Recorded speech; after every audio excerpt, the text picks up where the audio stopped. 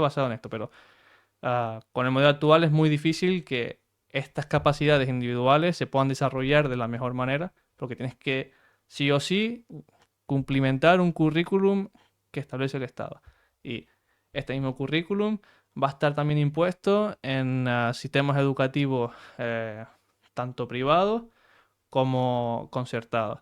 Entonces, hasta cierto punto tienes una equidad de base, pero son impuestas totalmente por el Estado y no responden a unas necesidades realmente del mercado ni de las necesidades de los ciudadanos, que en cada país, en cada región van a ser diferentes. Entonces, el modelo libertario es un modelo en el que cada persona deba de tener la capacidad de elegir el modelo educativo que les ofrece los conocimientos, las actividades que más se adaptan a sus cualidades personales y puede ser tanto enseñadas en un centro educativo como por un profesional determinado en tu casa, como el homeschooling, que te pueden enseñar un profesor o incluso tus padres si tienen la formación, y que ya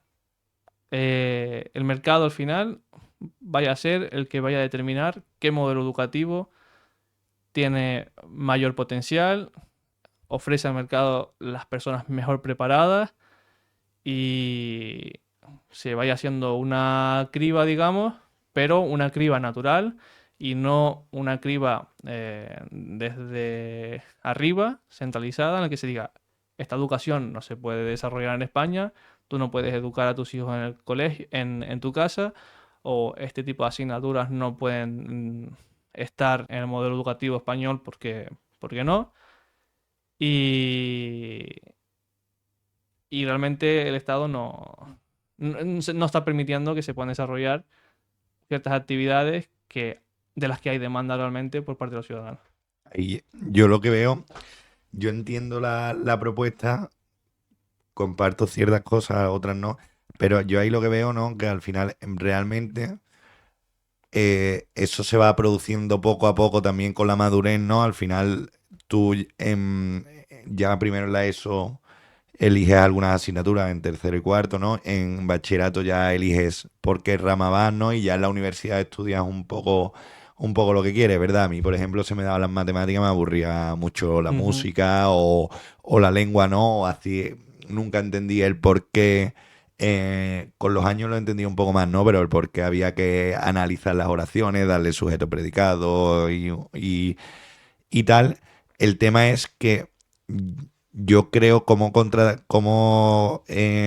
solucionáis esto desde esas ideas de que yo creo que una base mínima hay que tener, ¿no? Porque si no el niño puede ser muy bueno en las matemáticas, pero no sabe hablar, ¿sabes? Es decir, que creo que es una habilidad necesaria para desarrollarte en el mundo profesional. De hecho, los que más se desarrollan son los que mejor se comunican, depende en qué ámbito, ¿no? ujú. Pero se comunican. Pero hay por otro lado desarrollo del que sabe mucha matemáticas que acaba siendo programador y va por esa rama. Pero hay muchos programadores que como le han dado tanta importancia a eso no saben hablar, ¿no? Entonces yo creo que también, sin defender, creo que también hay modelos mejores educativos, ¿no? Pero creo que una mínima base de que de todos, que tenga todo el mundo, es necesaria. Y después y ya ahora te dejo responder, perdona. Y después, en cuanto al homeschooling, yo creo que lo bueno que te da el colegio, por lo menos a mí, yo también he ido a una educación privada que es diferente y tal, ¿no? Pero lo bueno que te da el colegio es la sociabilización, ¿no? Que es muy importante, que al final hoy en día con toda la tecnología, las redes sociales, estar tanto tiempo en casa se está perdiendo una de las grandes necesidades del ser humano que es socializar. Ujú. Entonces, si tú te educan en casa, pierdes el hacer amigos, el reírte, el jugar, ¿sabes? A ver, en cuanto a lo primero, yo considero que los estándares de mínimos son impuestos de manera individual. O sea, cada uno cree que una persona, para que completamente se pueda definir como desarrollada o capaz de establecer una relación con otras personas, tiene que tener ciertas capacidades de comunicación y demás, pero bajo sus propios estándares. A lo mejor mi capacidad de comunicación no es lo suficientemente depurada para una persona con una educación superior, o a lo mejor, o incluso si te vas a países donde hay un nivel de educación muchísimo inferior, me podrían considerar como una persona con un nivel de vocabulario y de capacidad de expresión infinitamente mejor y vamos, como casi como un dios.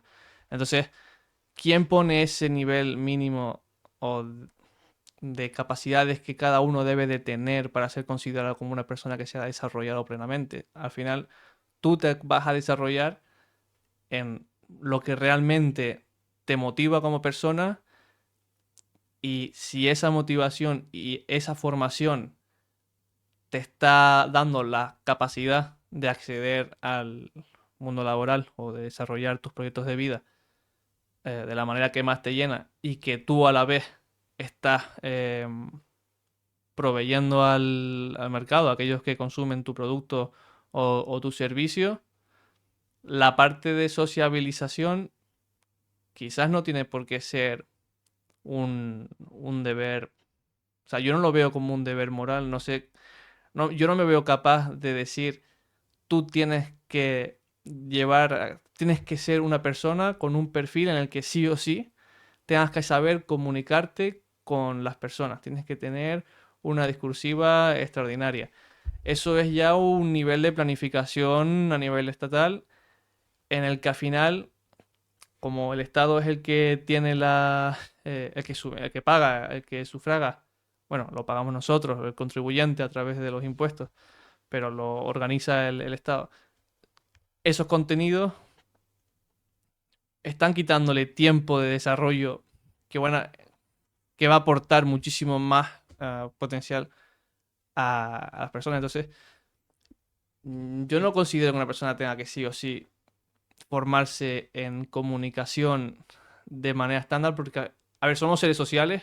Considero que todos al final, en una cierta medida, mayor o menor, vamos a acabar socializando con personas fuera del ámbito educativo, y no considero que en los colegios o en los centros educativos, o sea, de manera forzada por currículum impuesto, tenga que enseñarse estas cualidades cuando realmente puedes desarrollarlas en casa, con tu familia, con amigos después de clase, y a la vez, si tú reduces la cantidad de materias que están impuestas actualmente en el sistema público, eh, quitas muchísimas horas lectivas que después pueden ser invertidas en otro tipo de actividades de socialización. A lo mejor en vez de estudiar 8 o 6 horas diarias en el centro educativo, quizás puedes estudiar 4 o 5 horas, y el resto de horas las tienes para actividades extraescolares en las que tú puedes perfectamente desarrollar esas habilidades de comunicación. No tiene por qué ser impuesta. Al final, lo que dijiste, el análisis sintáctico de las frases, de las palabras y demás, ¿quién usa eso realmente a día de hoy? O sea, ¿en qué te potencia tu vida profesional o tu vida social? Nada, y son horas lectivas que nos hemos comido, pero que a la hora realmente de hablar, pues no las tienes en cuenta, no estás pensando cómo voy a estructurar la frase para poder comunicarme contigo, eso lo vas desarrollando con el contacto del día a día, y no necesariamente tiene que ser en el sistema educativo, puede ser fuera externamente. Y hablando de educación, Dimas, ¿qué crees que está haciendo ahora mismo mal el Estado?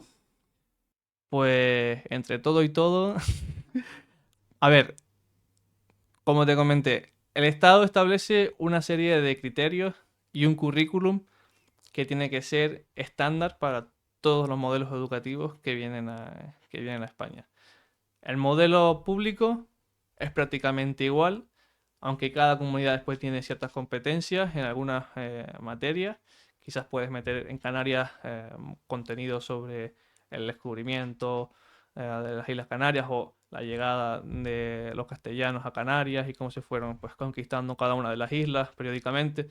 Supongo que en Castilla y León tendrá un orden diferente la materia de historia, lo mismo en Cataluña, en Andalucía. Hasta cierto modo puedes modificar un poco los contenidos, pero sí o sí tienes que tener una asignatura de historia de España o historia de la región, tienes que tener una asignatura de lengua con tantas horas lectivas por asignatura. Y como te comenté, eso al final lo que está haciendo es que se mantenga sí o sí una inversión en una cantidad de asignaturas y de horas lectivas que no están siendo aprovechadas de cara al futuro en cuanto a la formación de los estudiantes. Y al final esa formación es la que se va a desarrollar en riqueza, en productividad, de cara al futuro. Si estas horas que no estás aprovechando hoy día, que están suponiendo un gasto para los padres en cuanto a los impuestos que están pagando, no se ve recompensada en cuanto a competitividad y productividad en el futuro por el desarrollo individual, lo veo una pérdida de recursos muy importante que se debe de atacar y eliminar. Por otro lado, el Estado usa la educación como una herramienta de adoctrinamiento para que los estudiantes vean el servicio público como aquella entidad que tiene que existir sí o sí para que esos servicios que ellos están adquiriendo sean una realidad para todo el mundo. Cuando esos servicios perfectamente pueden ser suministrados por entidades privadas y ser contratados por aquellas personas que así lo desean, y el Estado, desde el punto de vista ya minarquista y con la idea con la que empezó el Estado a adquirir ciertas responsabilidades en esta materia, que era la de asegurar que aquellos que no se lo pudiesen permitir podían tener acceso a la educación, pero actualmente no es un modelo de asistencia a aquellos que no pueden realmente permitírselo, sino un sistema de yo soy el proveedor, yo soy el que controla el mercado y los sistemas privados son los malos, los que te quieren robar y te quieren cobrar de más por este modelo educativo, por otro modelo educativo. Entonces, Se produce es una, una competencia. una sobreorientación a los Exacto. alumnos. Y después, los contenidos que se dan en la educación pública van muy ligados a la defensa de todo lo que es la estructura del Estado, desde lo bueno que es el pagar impuestos, no se trata la parte moral, que al final los impuestos no dejan de ser un robo a través de la coacción y tú no puedes nunca negarte a pagarlos, sino vas a verte con consecuencias bastante graves. Y ese tema no se trata en los centros educativos, se trata como algo que debemos llevar, algo que debemos hacer como deber moral, pagar impuestos para que no se mueran los señores mayores, que no te mueras en el hospital, o sea, que haya hospitales y no te mueras. Y otros servicios que también son contemplados de la educación pública de una manera, ah, digamos, bueno, desde la parte moral, que eso es lo más justo, que sea el Estado que te provea de todo.